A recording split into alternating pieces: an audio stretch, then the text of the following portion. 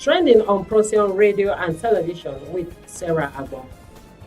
The presidential candidate of the Labour Party, Mr. Peter Obi, said to his lawyer, who asked him how he was doing, I quote, "I am suffering and smiling." He said this at the court environment where his case against Tinubu has been ruled. Protesters stormed the appeal court venue of the Presidential Election Tribunal, demanding that May 29 inauguration of Bola Ahmed Tinubu as president be stopped.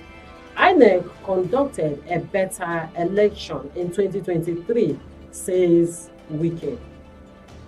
Rivers State Governor WIKE urged the people to praise the Independent National Electoral Commission, INEC, for conducting elections with reduced violence and deaths in 2023.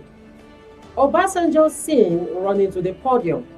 Many social media users were impressed by Obasanjo's agility and fitness at his age when he was seen running to the podium at an event. The indigenous people of Biafra declared May 30th as the day for sit-at-home in the southeast to honor its fallen heroes and those who died during the Civil War.